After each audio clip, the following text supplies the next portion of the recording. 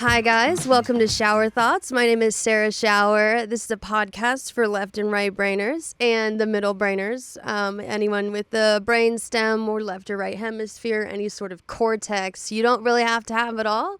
You don't really have to use it all, and that's totally valid. As long as you got actually maybe even just some part of the nervous system, or just if you're nervous. But today on Schauer Thoughts, we're going to be talking about forgiveness, and I am actually incredibly excited about this because this is how to forgive yourself, and it's going to go. So how to forgive yourself usually stays at the abstract level where everyone's like, oh, you need to forgive yourself to like move on and heal. And you're like, what does that mean? So beneath the abstract level is the concrete level. So I'm going to take you through the concrete as well. So we're going to hit them high, we're going to hit them low. We're going to get the entirety of the structure, right? And how to use the structure. So what I love it, well, with abstract thinking, usually like with cliches, it's forward motion, like usually directed forward.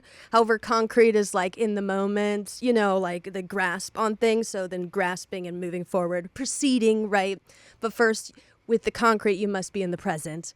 But I will get into that. Why I talk about forgiveness is because I've been a wee bit depressed lately. Some religious trauma has been popping up. I was raised strict Southern Baptist, and the thing is with therapy and studying all this psychology stuff and like truly like understanding all the parts of it, I understand Christianity and like my parents sort of like I feel like they don't like me. I know that it's not personal. Like I truly appreciate all the advice and insight you're going to give me. It's a projection, right? They think of me as an extension of themselves, and if they don't like themselves, then the extension of themselves they're also not going to like, you know.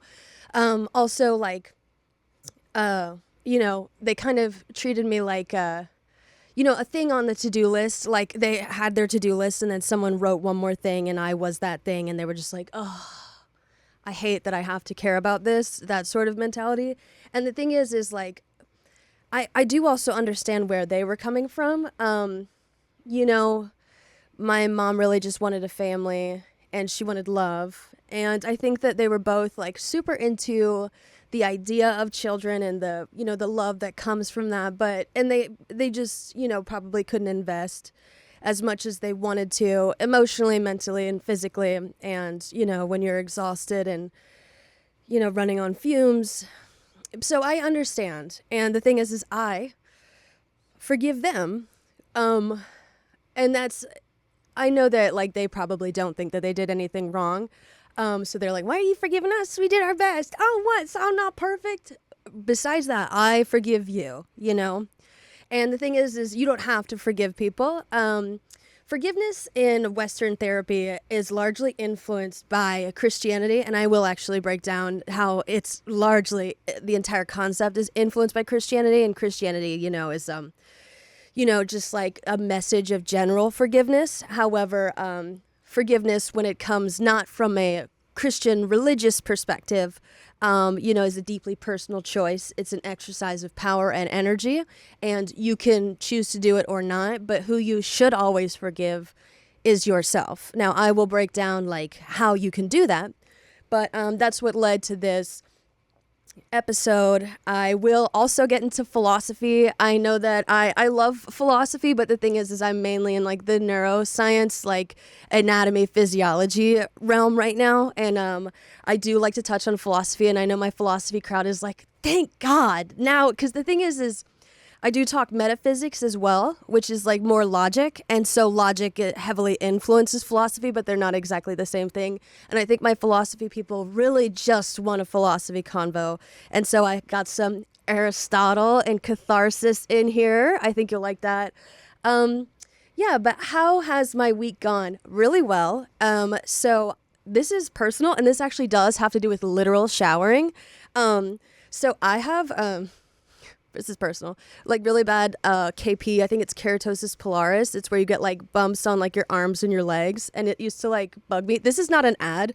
Because also I don't think this brand would partner with me to make an ad as they're meant for children. And I don't have a child, you know? So I recently discovered Desitin. I think it's Desitin. And now I've told this to people on my TikTok and my Instagram. But it's like this zinc oxide, and zinc is incredibly beneficial for healing. And so usually a Desitin is used for diaper rash on babies. However, it also reduces inflammation, heals, reduces swelling, sebum, and all the stuff related to keratosis pilaris. So, I put after I shower, I put a very thick coat on my arms and my legs. And when I tell you, it has helped my KP so much. I also do it on my face because it reduces acne as well. The thing is, though, if you're going to get Desitin and try it, also read the reviews. It's very good for sensitive skin because it's meant for babies' bottoms. So if it couldn't go on their bottoms, I don't know why it could go on your face. Okay, yeah. So it's for very sensitive skin. But it has been so helpful. The thing is though, it does give horrendous white cast. You look like a ghost. And it's actually very hard to rub in.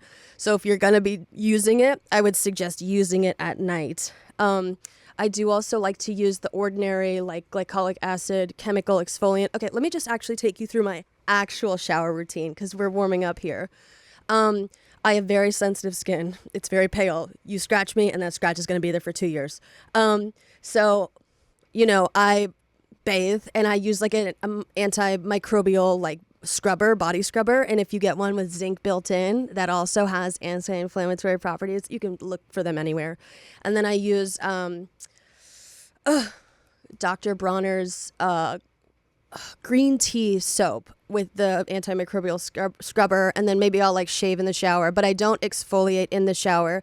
I get out, let myself dry off, use the glycolic acid from the ordinary, right?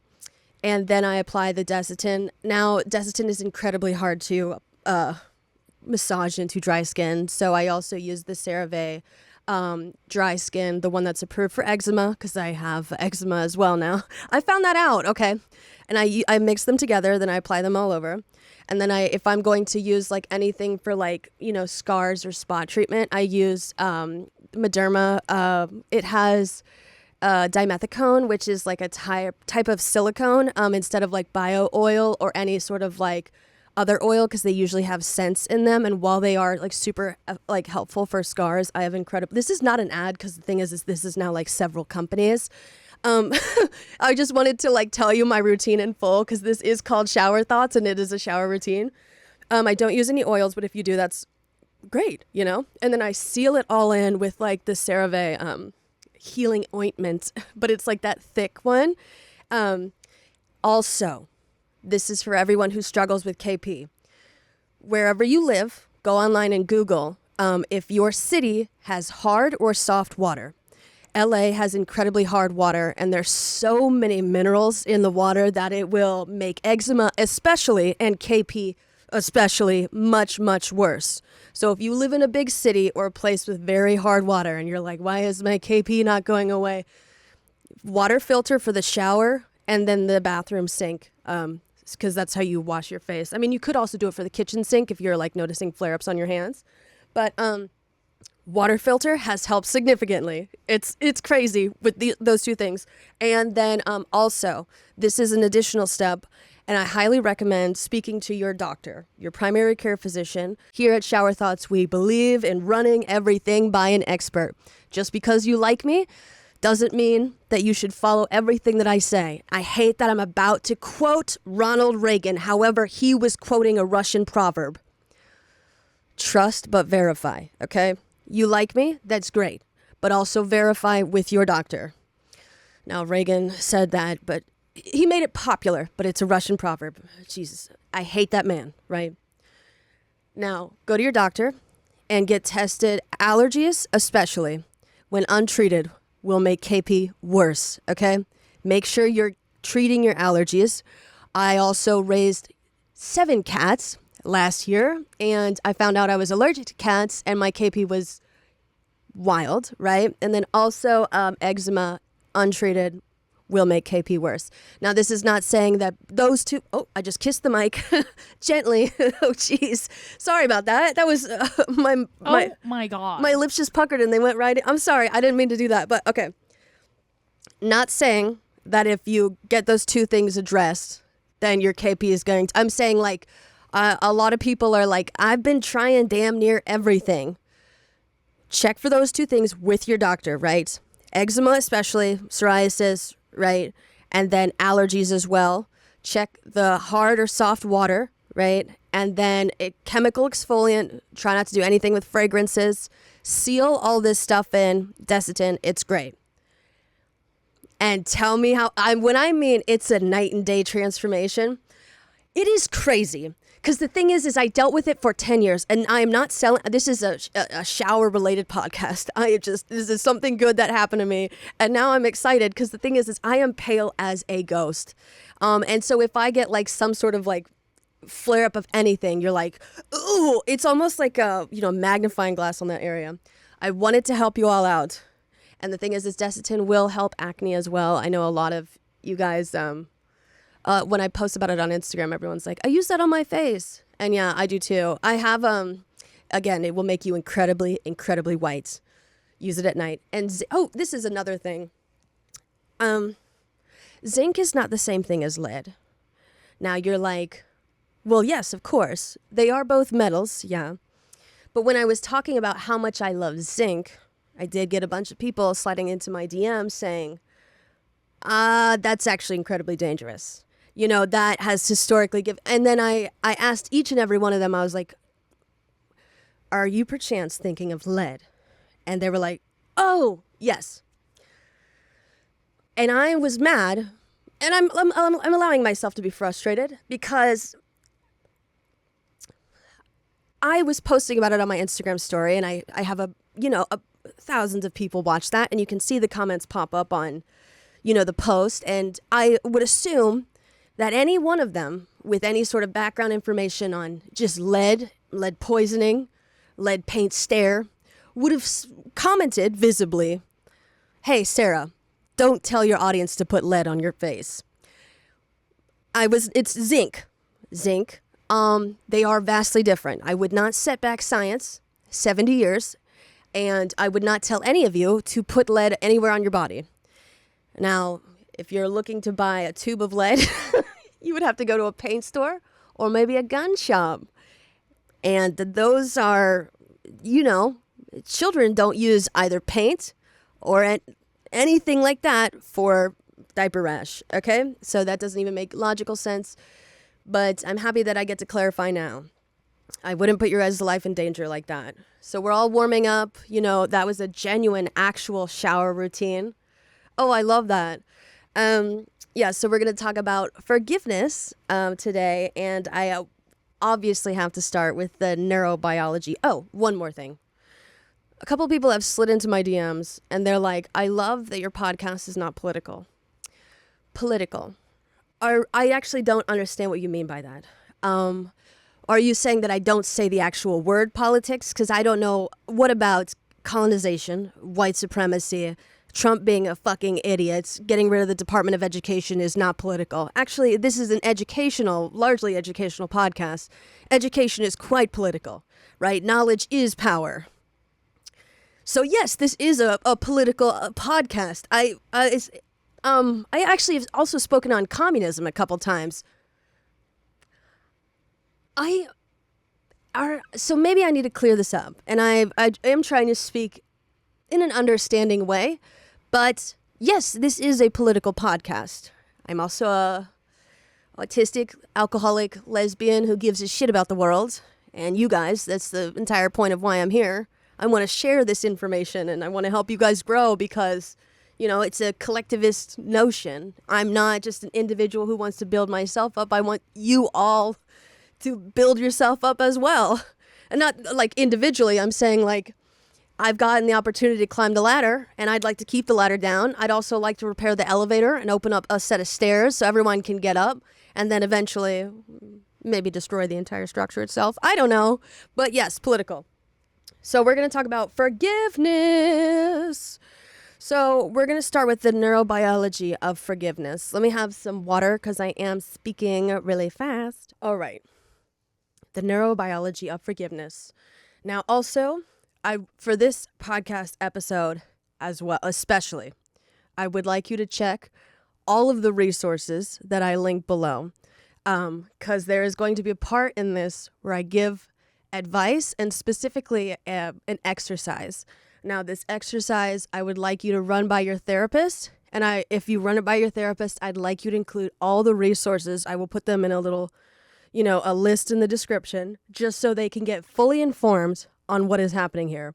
Now, it's not actually a method, I guess like a therapeutic method. So I'd like you to run that by everything here. Therapist, including sources, get them on board. Expert feedback is necessary, especially in today's age of misinformation. And also, I'm a smarty pants sometimes, and I like to research, and I do look into sources, but, trust but verify. Fuck Ronald Reagan. This is a political podcast. The Neurobiology of Forgiveness. So I'm actually just going to be straight up reading this one because it's actually quite interesting. This is from Neurology Live. The author is Heidi Mawad, MD. So we are reading from a doctor.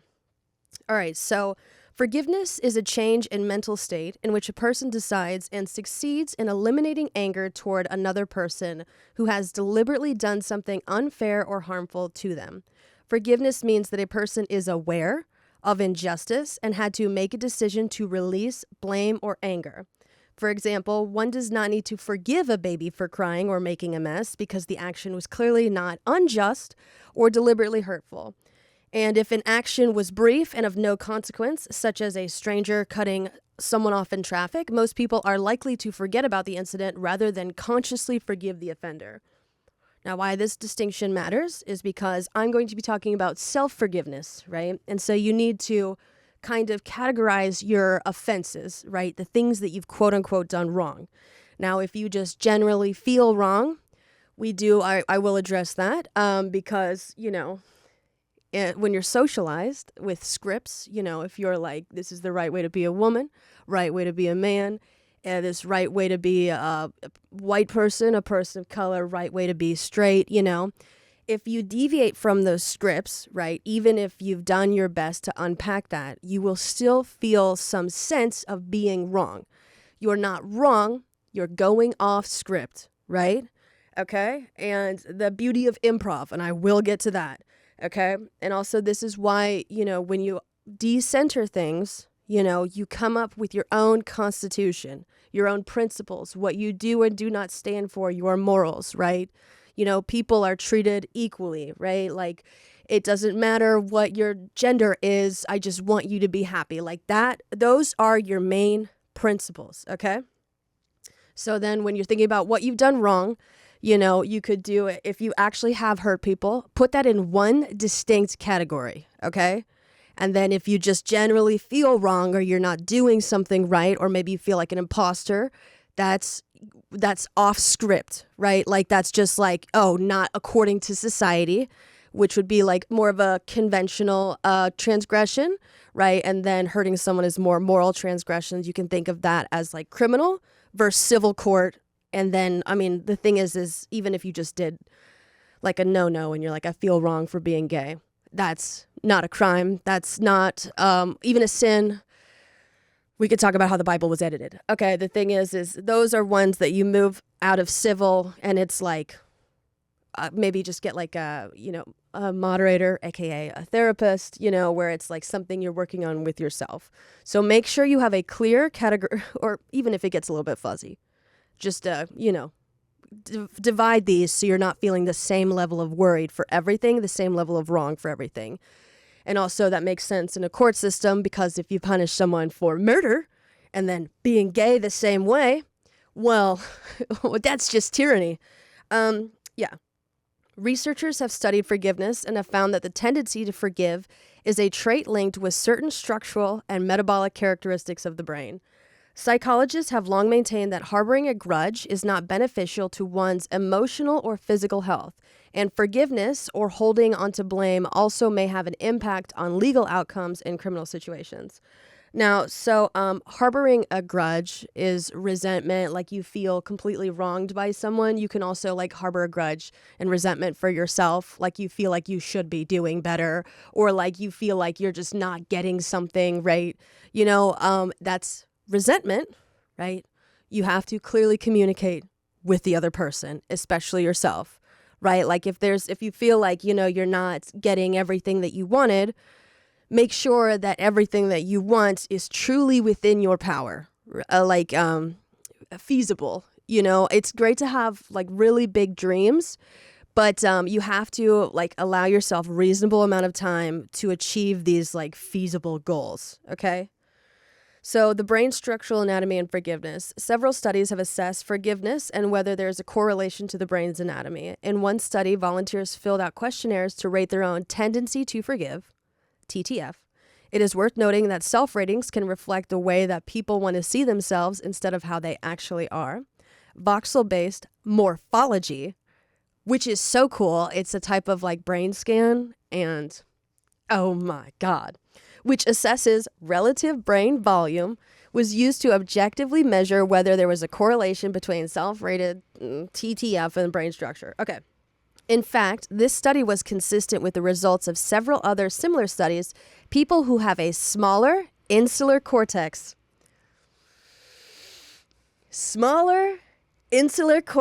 which is associated with the feeling of disgust, tend to be more forgiving. Now, where have y'all been? My loyal listeners, disgust. Most morals are rooted in disgust. The more disgust you have, the less forgiving you are, right? The more morals, right? I mean, the thing is it's good to have morals, but a lot, right? And most morals are rooted in disgust. In fact, this study was consistent. Okay, people with the small insular cortex, which is also associated with a feeling of disgust, tend to be more forgiving. This suggests that people who consider themselves forgiving are not as easily offended as people who don't consider themselves forgiving. The inferior frontal gyrus, known to play a strong role in language and impulse control, was smaller in people who considered themselves to be more forgiving. This suggests that forgiving is not related to verbal skills, nor is it completely rational or controlled behavior that can be moderated by thoughts and feelings that are not well articulated. Now, that means that intuition may be making a strong appearance. She's on stage at the moment. That's saying you may forget what they said, but you remember how it made you felt. That is entering into the realm of intuition, right? Because remember what they said is information, but how they made you feel, right? Like, so it's like the information part is kind of being stripped away or like kind of, in the back. But the feeling thing is like building, it's compounding, it's like sedimentary layers of rock, right? That's like kind of like what intuition is like a deep knowing. There are some skeletons that have been compressed in those sediments. And that's intuition is super cool. So yeah. Another interesting finding is that a larger left dorsolateral prefrontal cortex is associated with forgiveness. Dysfunction of this region is to believe to cause depression, so it seems that the lack of depressive tendencies promotes forgiveness. Now, I have depression. I talked about it in the beginning. If you have depression, right, you may be less forgiving, but that does not mean that you are damned, right? To be damned is another morally charged term. It's okay, but the thing is the exercise that I talked about earlier has to do with sadness. And the thing is I will not heal your depression, obviously. If I could heal your depression, I'd heal mine, and then we'd be out of here. I'd be a billionaire. It's to show you how to get rid of some sadness or pause some sadness in the moment, because most sadness is taken in through the ears. And there is something really cool about the ears that I'm so excited to share with depressed people. Again, depressed people, run this exercise when I get to it by your therapist. All right. So, more likely to be disgusted, less forgiving. More depressed, less forgiving. Also, the thing is this is just an aside. One of my least favorite responses I get on any sort of podcast or like video that I say is whenever I say like healing, life, love, grief is a process. And someone replies to me with, that isn't linear. Grief isn't linear. Yes. And the thing is it's not because I'm mad because it's not true. I'm annoyed because I love math. You don't understand. There is close to nothing emotionally that comes close to graphing as linear. The thing that the condition that comes closest to being linear on a graph is depression. But the thing is that even depression is not straight up linear. It's the thing that comes closest, and that's just because of lack of inputs and outputs, thus change, right? Okay? And also, in my last podcast episode, I talked about the difference between, cliches are abstract, right? But math is also abstract. So saying grief isn't linear, right? That's a cliche. So, and it also includes linear, which is math. So it's an abstraction of an abstraction, right? Abstraction squared, right, is half a parabola. Half a parabola is always a curved line. So the entire phrase, if you like math, is a curved line. So you don't need to tell me, the person who loves math, that it ain't a straight line. Now, I appreciate you deeply, and I understand that you're trying to be helpful, but math is my child. It's my autism. No, but okay. But it's kind of like telling a gay person who's been gay for a while, out and about for a while, hey, not all gay people look the same. You'd be like, yes, I know that. Okay, but thank you for your input. I appreciate you. And also, yes. So brain activity. While the brain structure in relation to forgiveness is interesting, the brain's metabolic function in relation to forgiveness adds a whole new dimension to understanding forgiveness. Now, if you'd like to understand this, okay, so structure, form, metabolic, function, okay? Now, different dimension is just a different direction, right? So we're getting 2D with this, okay? If you want to think of like how to think of whenever you see dimension in a book, just think of a different direction, right? Like kind of like XY axis. It's fun. And everyone's like, ugh. All right. While the brain structure in relation to forgiveness is interesting, the brain's metabolic function in relation to forgiveness adds a whole new dimension to understanding forgiveness. And so the thing is why did I mention the direction thing is because I just told you that some things aren't linear. So if anyone likes math, you can start graphing, Yeah, okay. So when volunteer participants in one study were asked to imagine scenarios and report their TFF, a low level of dorsomedial prefrontal cortex activity was associated with lower TFF scores. You're like, what the hell am I listening to? It's okay. I'm going to give a summary. The dorsomedial prefrontal cortex is believed to play a role in the ability to imagine the feeling of others. This low imaginative ability was correlated with lower forgiveness. Now, what that means is to imagine the feeling of others is empathy, right? So, I always tell you guys that most morals are rooted in disgust, and most people are like, so what's the second largest emotion that morals are rooted in? Empathy, okay? Now, again with the graphing, if you think about it like disgust repels, okay? Pushes you away. That is a direction. Now, empathy attracts you towards. Now, not in terms of like superficial cosmetic attraction, like, like repelling an attraction of like atoms. Think of it in like that way, right? So there's movement, okay? So the thing is most morals are rooted in disgust because disgust's primary emotion is fear. If you think that disgust is a primary emotion, I have several podcast episodes for you. It is not, and I actually will fight you to the death. Okay, so disgust, primary emotion is fear, and fear is the oldest emotion. She is mama, okay? So why most morals are rooted in disgust is because her primary emotion is fear. Fear is the oldest. However, human beings are social creatures. So, and we need connection, to survive, right? So empathy is a very close second to disgust. Now, why I say all this is so if you have, low imaginative ability, you will have lower forgiveness, right? And so the imaginative ability, imagine the feelings of others. If you have low empathy, high disgust, and you're depressed, you will be less forgiving, okay? That does not mean that you are damned, right? You're without hope. Again, more religious terms, and I will align everyone's thinking. This is just to explain the role of emotions. Oh, I love reading. So the differing brain structural anatomy associated with the tendency to forgive suggests that forgiveness could be a trait that people are born with. The differences in metabolic brain activity associated with the inclination to forgive may mean that this trait could be altered throughout life. Again, you're not damned. You're not damned. You can build empathy, and you can also get less disgusted in things, and also depression can be treated. You're not without hope. Influences may include life experiences with trustworthy people or with betrayal, both of which can set the stage for how a person tends to forgive. Now, since this is going to be an episode about self-forgiveness, right, trustworthiness and betrayal both have to do with trusting and untrusting.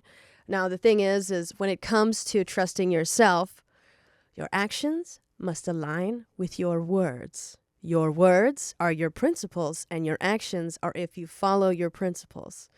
Now, this is a political podcast. We are in the midst of a constitutional crisis. Fuck Donald Trump.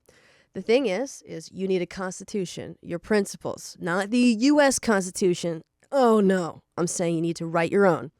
And so when you have your own principles that you follow and you act on, right, and you defend, then you start to trust yourself more, okay? We're going to get into, unfortunately, the religious aspect of forgiveness, because forgiveness is a largely religious concept. However, if you strip it to its barest of bones, you can get something that's a little bit non-religious. However, we will be getting to the religious aspect now. So forgiveness is, there's another term for it. It's called purgation. Purgation relates to purgatory, which requires a holding period and an elevated level of consistent change behaviors before release, where the individual does not return to earth or previous lower standards. So if you've ever heard anyone say, "Are you going to forgive me already? It feels like I'm in purgatory." Well, yes, that is the point. The thing is forgiveness is purgation related to purgatory. It's a holding period, right? You must prove yourself that you have changed behavior and that when you exit purgatory, you do not go back to earth. I keep kissing this mic. You go to heaven, right? And heaven in this case is just maintaining higher standards, right? Not committing the sins that got you in purgatory, right? It's just, and so the thing is there's so many denominations. Southern Baptists don't believe in purgatory. Forgiveness is a moral choice based upon individual principles, and it is an exercise of power and energy. You have the power to forgive yourself, and I will explain that in a bit. Now, if you did something wrong to someone else, then you will have to ask them for forgiveness. Now, again, forgiveness is a personal choice. Someone does not have to forgive you. However, if you really apologize and you mean it, that means that you by yourself, even without forgiveness, will change your behavior, okay? So, purgation of emotions means relief or literally release, right? So, purgation of emotions, you have been released from purgatory, all right? That means that when you've done something wrong, right, there's a holding period. If you hold yourself in purgatory and you do not give yourself a release date, then that is also unjust. So if you're like, I feel like I've been punishing myself for the same thing over and over again, you can't be tried separate times for the same crime, right? Also, if you have served your sentence and you've actually improved, right, and you regularly check in with yourself, your parole officer, right, then you need to release, right? Because if you haven't actually released yourself compassionate release, then you're still punishing yourself. You've kind of internalized the carceral state a bit harder than you should have, right? Okay? So you must reflect on what you've done, right? Reflect is like, look at yourself, apologize for, the thing is this pertains to other people, but when you're apologizing to yourself, you reflect on yourself, right? You could look in a mirror. That actually would be incredibly meaningful, but it depends on if you can hold a straight face. What have I done? List all these things and apologize for them. Now, if you're like, how exactly? Have you ever watched a court case, right? Where the person reads an apology to the victim's family or to the victim, right? If you need a literal structure on how to apologize to yourself, right? Look at exactly what they're doing, right? They were maybe in jail for a little bit, time to reflect, and then there was a trial, some cross-examination. You considered both points of the case, right? You considered the other person's perspective, empathy, right? And you reflected on the disgusting behaviors that you exhibited. Now, so when it comes to self-forgiveness, right, you see the disgusting behaviors you did, right, or what you think is disgusting. Also, you must present compassionate evidence for yourself as well, as you are both, the defendant and the attorney. Like, who's the prosecutor? You're both defendant and prosecutor here. So you have to totally understand forgiveness and the case, you need what you did wrong and what you did, where you can improve, right? Like, what aspects of like your character, right? Redeeming qualities, like, are there opportunities to grow? If you don't present both sides of the case, then that is not unfair. Sure, you presented what you did wrong. Still, that's not a fair trial. I don't care. You have to be compassionate towards yourself when it comes to purgation and when it comes to relief, okay? If you're not, then you don't understand it on a legal level or an internal level.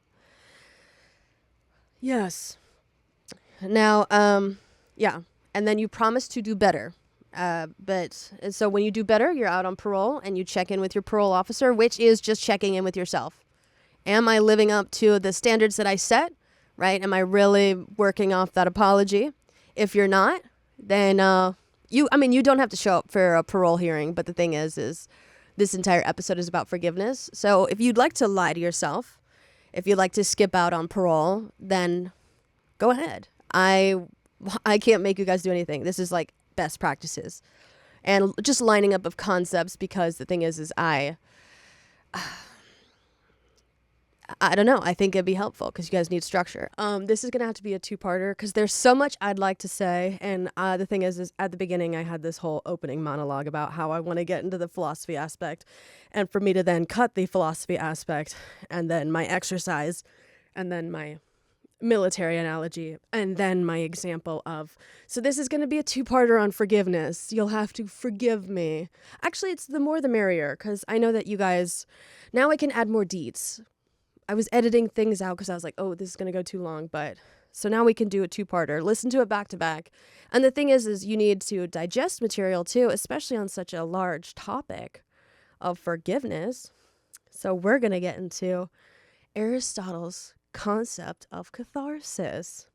So Aristotle is one of the first philosophers. He's Greek. There was one more guy before him, Hercus something. Who was before Aristotle? I know that all the philosophy people are like, okay, wait, no. You have Socrates and Plato. There's a lot of people before Aristotle. But Aristotle is like the Einstein, I guess, of philosophy. And then someone's going to be like, actually, that's not correct at all. And I'll be like, please, I just need recognizable names.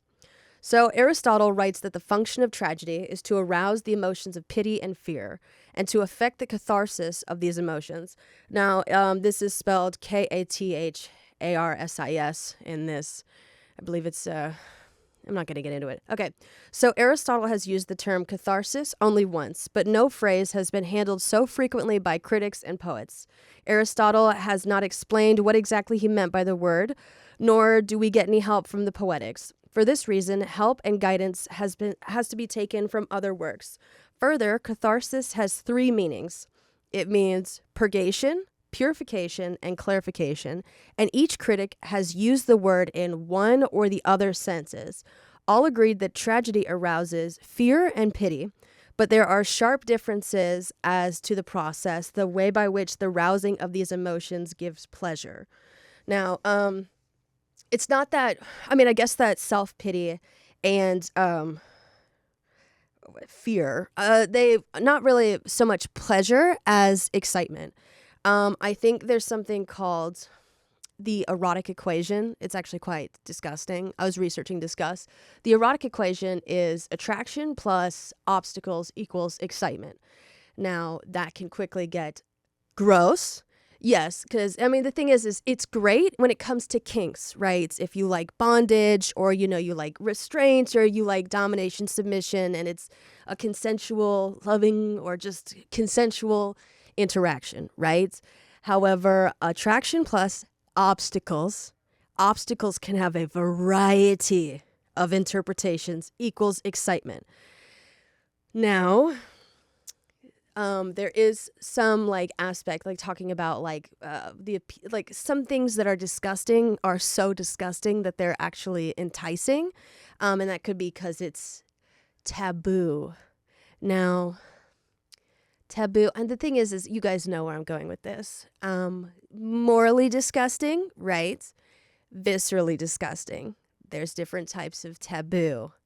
It goes beyond kink and it starts to hit fetish and then really gross territory, okay? So so it means purgation, purification, and clarification. Fear and pity, and the thing is excitement. It doesn't necessarily mean happiness. It can mean arousal, right? And so you're aroused, and that can lead to pleasure.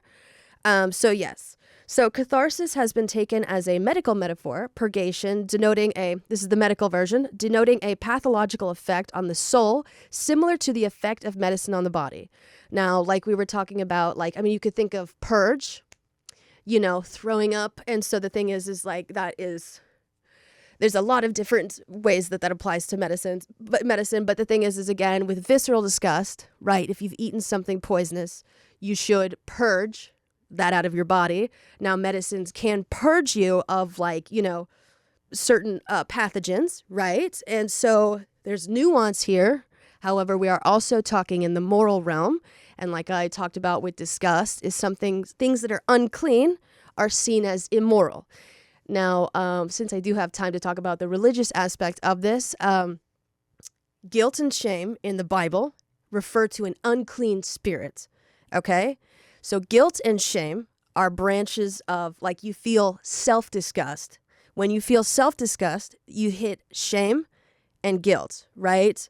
So guilt is shorter than shame, right? And so shame is long-term, and there is actually beautiful research, and I would love to make another podcast episode on this, on the duration of certain emotions. Like I said in the beginning of this, sadness is the emotion with the longest duration, okay? And so surprise is the emotion with the shortest duration. I've talked about it before. Surprise is the present, right? And the present moment is defined by our short-term attention span, which is 10 seconds, give or take, right? And so you could think of surprise as shock, as lightning, right? Lightning strikes, right? And it doesn't last long. And if you get struck by lightning for too long, or you're in a state of surprise shock for too long, toxic shock, you could die. However, sadness is like rain, right? And so and rain lasts a bit longer, and it comes and goes. And so the thing is there's not just lightning and rain. There's also clear skies. There's also thunder. Thunder. Oh, like I said in the way beginning episodes, are awe and wonder, right? They're highly conductive to surprise, eureka, shock, And so wonder and awe are fear and happiness, right? Or happiness plus fear. The order does matter. And so the thing is like they were talking about, what could be arousing is fear, right? Fear and pity is a very small version of, it actually depends on what emotional system we're talking about. But fear, right, combined with happiness can be awe, wonder, right? And it can be, quite conductive and then lead to surprise. This is why I love emotions. And this is also sidebar. We're already doing, morality. Whenever someone says no one can make you feel anything you don't want to feel, that is a lie. Because the thing is emotions, the structure, the form, the structure of the brain, and then, the metabolic process, both of those abide by the laws of thermodynamics. Energy can neither be created nor destroyed. They can be transferred, even if you don't want them with the right amount of force. So anyone could make you feel mainly scared. So yeah, I'm going to debunk that. I hate that. Also, with that information, individualistic emotions don't make any sort of sense. We don't, our emotions don't exist in a vacuum. Also the fact that we're, conductive. We have electrical magnetism, electricity and magnets. And you think that the fact that your smell can literally exhaust someone. You speak at length, right? And then that's expression. And then there's yeah. So collectivist emotions, I'm going to put my money in that. They're definitely, individualistic emotions don't make any sense. Okay, so back to philosophy.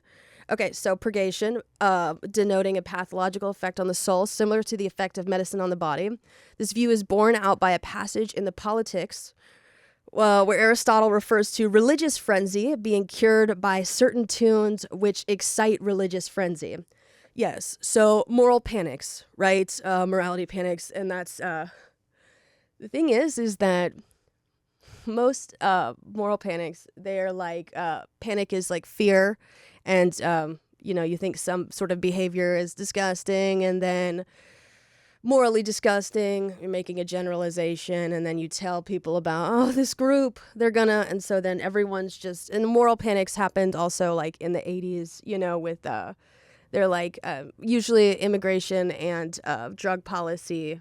I mean, those are regulated by the executive branch, and those are always the most morally polarizing, even though it's just shut the fuck up. You guys are idiots.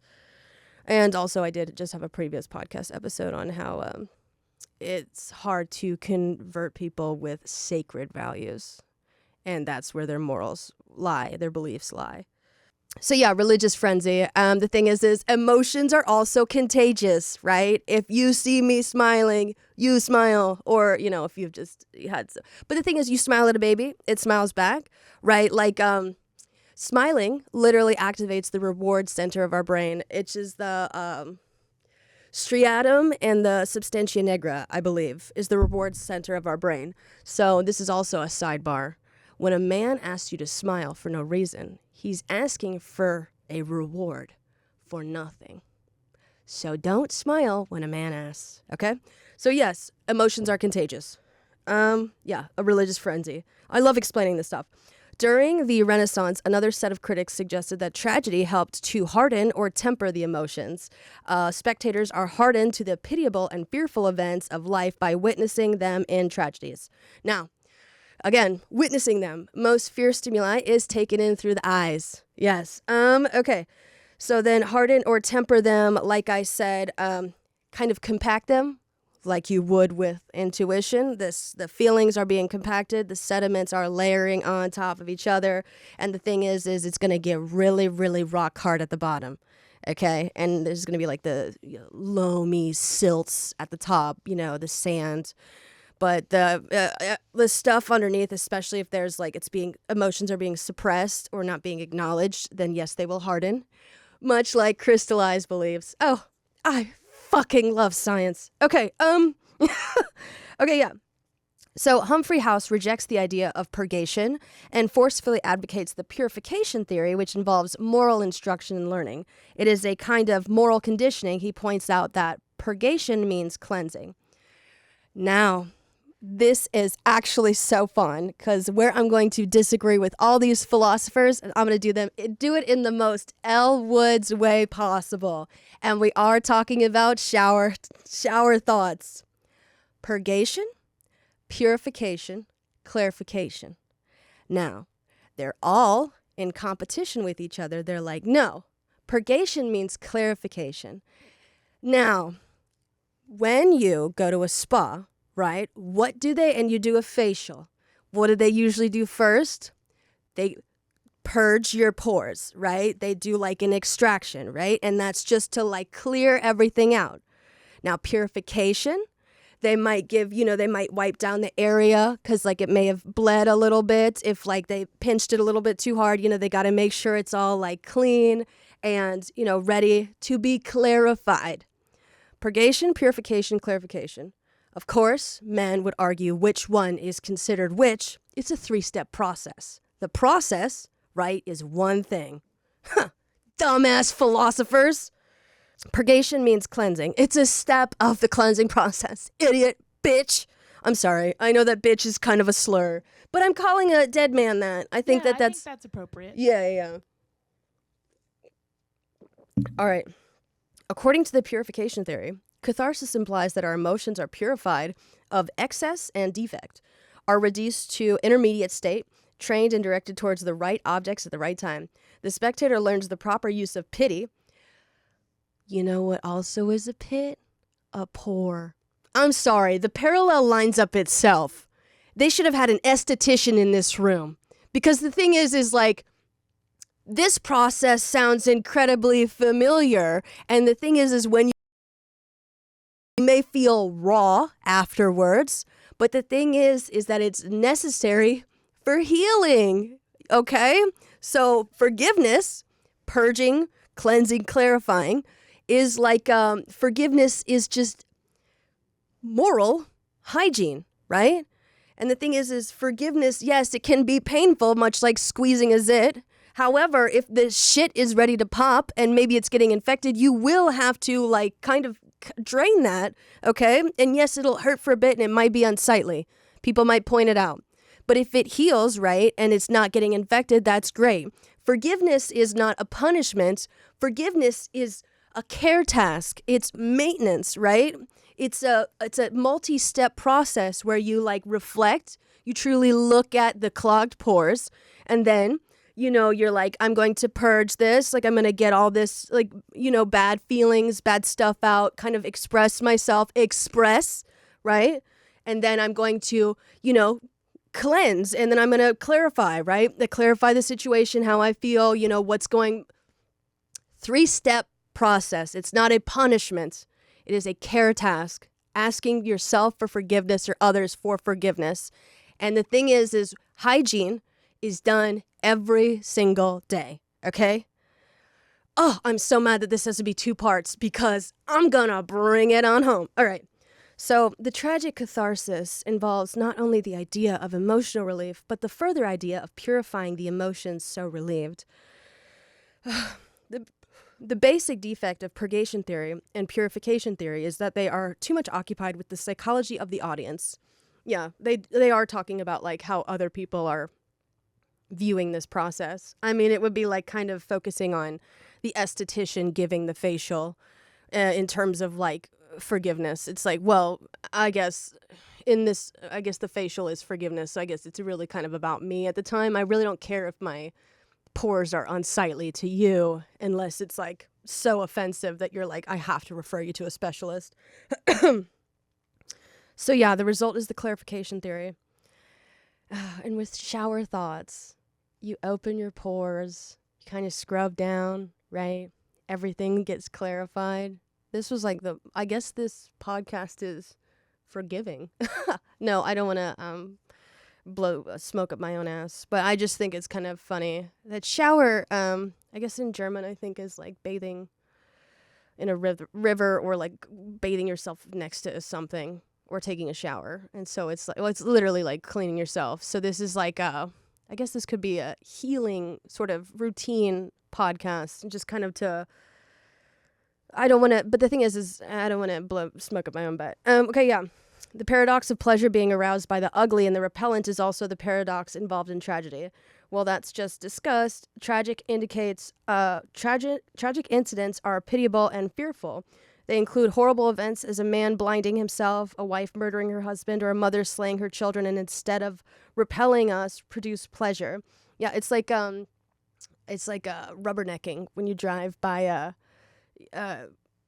car accident. You're like kind of like intrigued because the thing is it's not attracting. It does draw the eye, right? And there are obstacles. You don't normally see things like this in real life. Therefore, it is exciting. Morbid curiosity. We could talk about the psychological effects of crime-related podcasts. There are ethical ways to do them. And the thing is even though they are ethical-ish, it doesn't mean that they're good for you mentally. So Aristotle clearly tells us that we should not seek for every pleasure from tragedy, but only the pleasure proper to it. Catharsis refers to the tragic variety of pleasure. The catharsis clause is thus a definition of the function of tragedy and not of its emotional effects on the audience. Yeah, so the function of tragedy, the expression of disgust, the clearing of disgust, the variety of that. Imitation does not produce pleasure in general, but only the pleasure that comes from learning.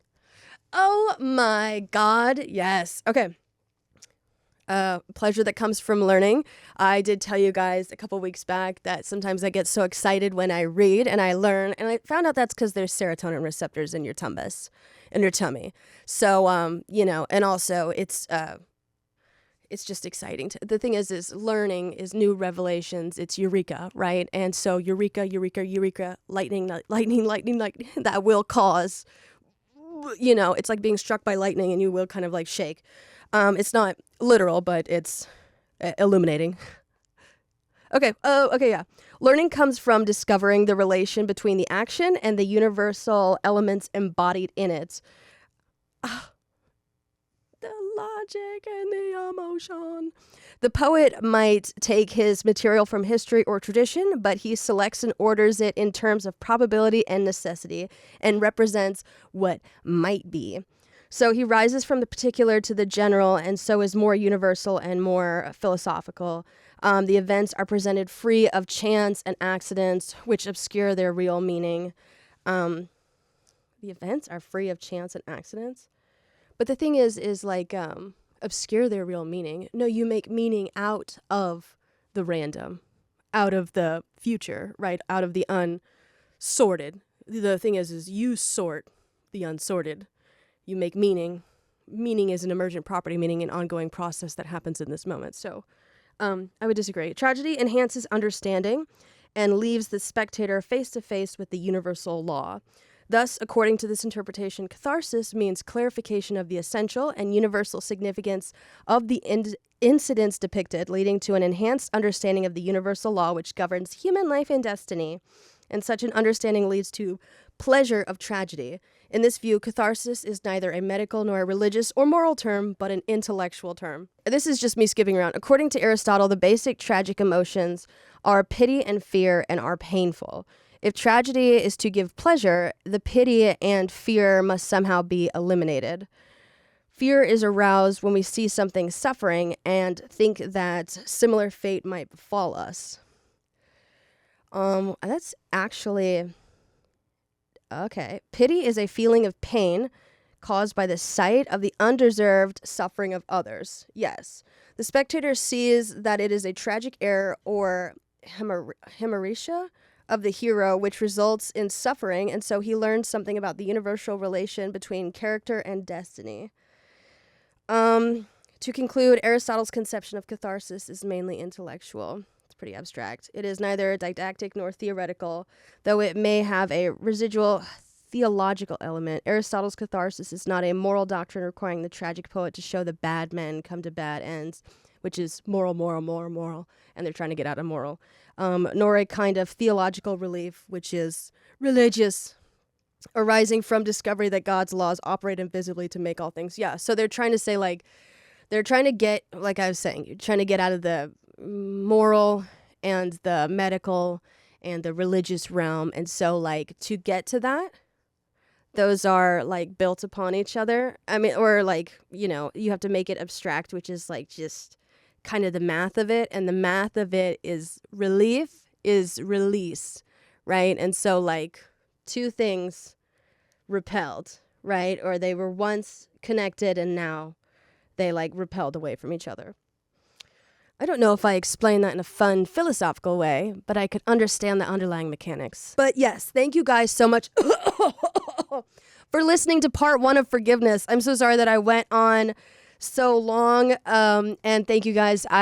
This is so fun. I can't wait to record part 2 because it has the actual exercise. It has the military sort of, I am a Nepo baby when it comes to the military, not because I inherit them, but my parents. And it's not actually what Nepo baby means. We're just having fun here. But I hope you feel clarified. This is the purging of the feelings and understanding. And then we're going to clarify totally in, next time. But thank you guys so much for joining me. This has been so much fun. I have so much fun. This episode has gone so long. Make sure to like and subscribe on YouTube, please. And then rate me 5 stars on Spotify and Apple Podcasts, wherever you get your podcasts. And thank you for joining me in the communal shower.